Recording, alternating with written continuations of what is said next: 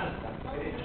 1, 2, 3, 4, 5, 6.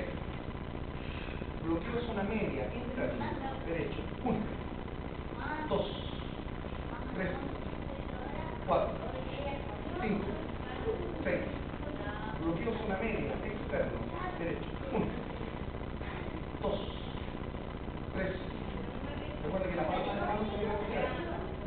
4, 5, 6. Bloqueo zona baja, derecho. 1, 2, 3, 4. Golpe de puño, derecho. Profundo, con penetración. 1, 2, 3, 4, 5, 6. Golpe de puño vertical. 1, 2, 3, 4. Golpe de palma, zona alta. 1, 2, 3, 4.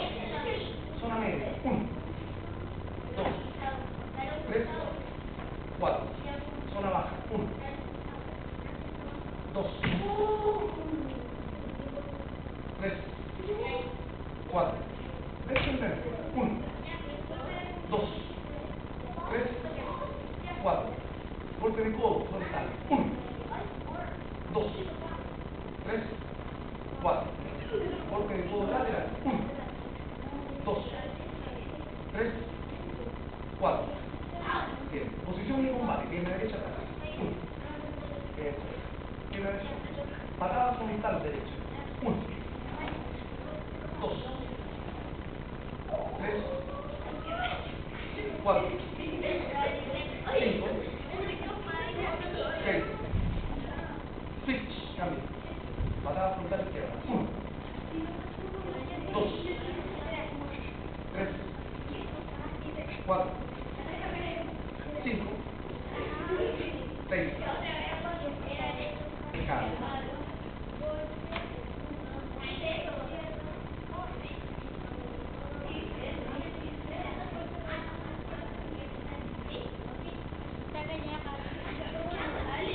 Ya, chicos, muchas gracias.